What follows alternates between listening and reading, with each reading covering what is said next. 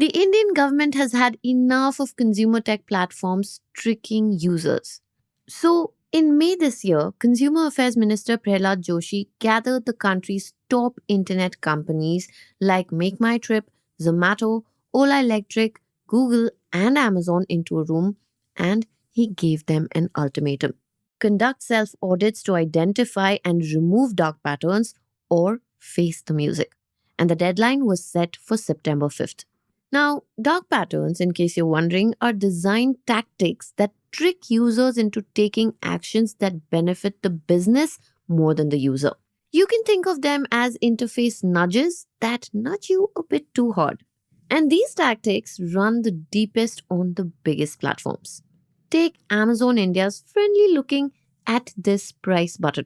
Someone familiar with product flows on large platforms explained it to a contributing writer, Farheen Yusuf. They said that clicking on it leads to monthly charges, hidden costs, and fine print. Another example of these dark patterns is how Amazon made customer service harder to reach. They removed the chat with us option and replaced it with a labyrinth of help pages. Now, this is not just Amazon. Book My Show was caught quietly pre-selecting a 1 rupee donation at checkout. Let me give you another example. In 2024, Indigo Airline was using guilt-inducing pop-ups like "No, I will take a risk" to push in-flight insurance and travel assistance. Now, none of this is obviously for your or my benefit. For years, edtech, fintech, and quick commerce companies have struck a Faustian bargain, trading rapid scale for their integrity. And the trade boils down to persuading users to give up more and more and more. More money, more data, and more control. And all of that at the cost of consumer trust.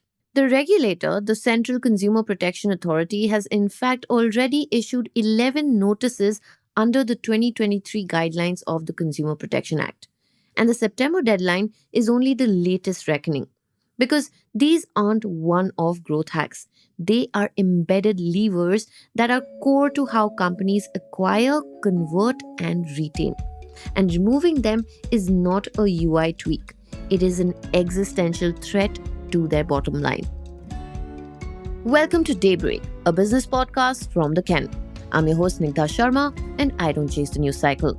Instead, every day of the week, my colleague Rahel Philippos and I will come to you with one business story that is worth understanding and worth your time. Today is Monday, the 11th of August.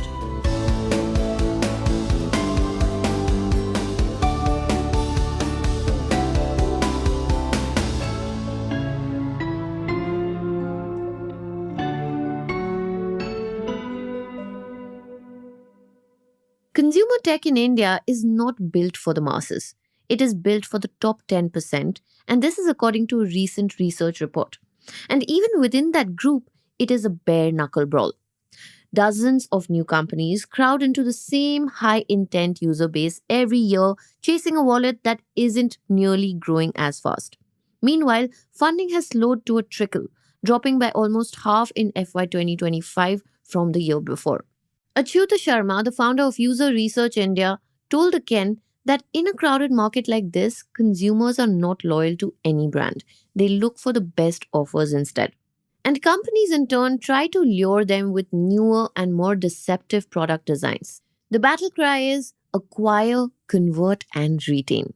And this is where dark patterns flourish. Sharma told us that they are a shortcut to improve metrics rapidly. And there are some all too common tricks. Combo offers and extreme discounts like you've seen it, 3 for 9.99 or 9.99 slash to 1.99. One assistant brand manager at a digital first brand told the Ken that the first rule is never sell the product at the original launch price. There should always be some discount to sway the customer. It is mind play. This works especially well for tier 2 and tier 3 consumers who think price first and product later. Quick commerce platform Zepto has been facing the heat for misleading features. Rochak, who is a regular user, told the Ken that prices on the app do not add up until the very end. Hidden handling charges and arbitrary round-off costs appear at the payment. Even discounts under Zepto's Super Saver plan are often offset by last-minute price additions. This is drip pricing, making a product seem affordable by revealing hidden charges only gradually. When big players use such tactics, smaller regional players often follow. One senior executive at a Zepto competitor said that they use prompts like spend 100 more for free delivery when a cart totals 400, or warnings like only 2 bananas left, or hurry, 3 brinjals in stock to create urgency. In reality, the stock is rarely that low. Interestingly, complaints about Zepto's practices peaked as its annualized gross order value surged from $1 billion to $4 billion in a year. Swiggy Instamart's is over $2 billion and Blinkit's is around $4.5 billion. So the trade off is quite clear.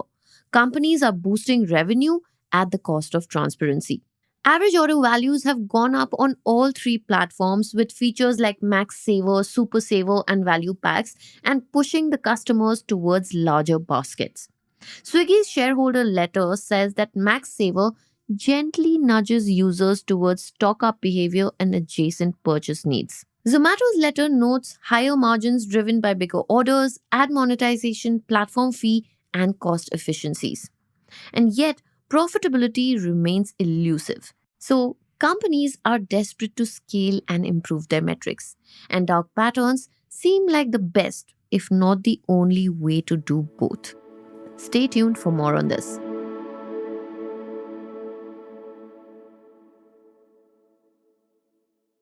The problem isn't simply that dark patterns exist, it is that they are rewarded. The growth at any cost mindset that comes from Silicon Valley's growth hacking culture of the early 2000s, that era gave rise to A B testing, comparing versions of a web page or an app screen to see which one performs better. The purpose was to make small design changes that maximize signups and reduce drop offs. But over time, it became a metric obsessed form of manipulation. Big tech still has systems in place: research phases, internal reviews by other designers, legal and privacy checks. But when Indian companies copied that model, those safeguards often disappeared. Teams are financially incentivized on KPIs like daily active users, session time, or average order value. But growth linked incentives are rarely paired with ethical checks. In some companies, if an engineer adds a misleading feature and isn't called out by senior management, it signals acceptance. Soon, it becomes a part of the culture. Many product leaders don't even see these patterns as manipulative. They judge them purely on performance. Anything that improves the bottom line is fair game. But some are easier to justify than others.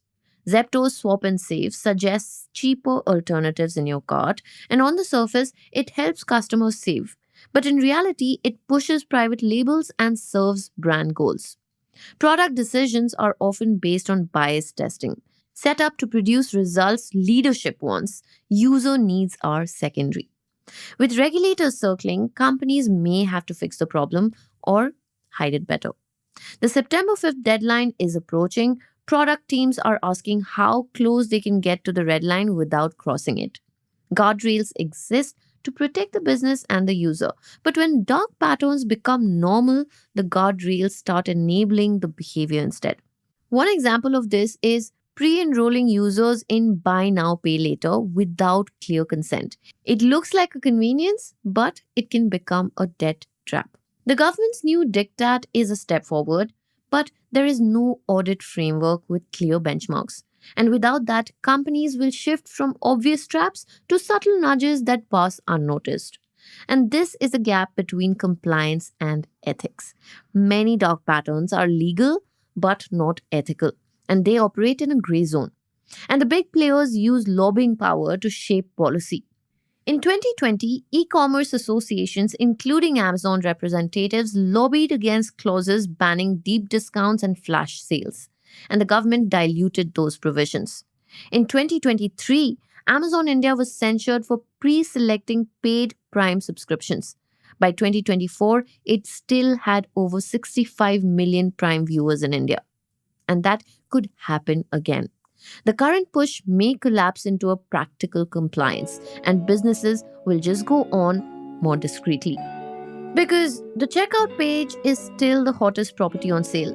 People's blind spots are still companies' biggest opportunities. So, the question isn't whether consumer tech companies will cross the ethical line. It is how cleverly they can dance around it without getting caught. After all, dark patterns are not a bug, they are a feature.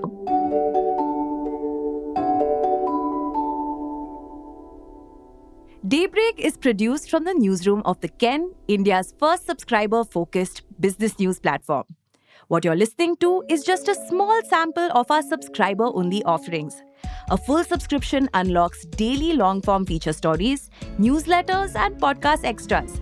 To subscribe, head to theken.com and click on the red subscribe button on top of the Ken website.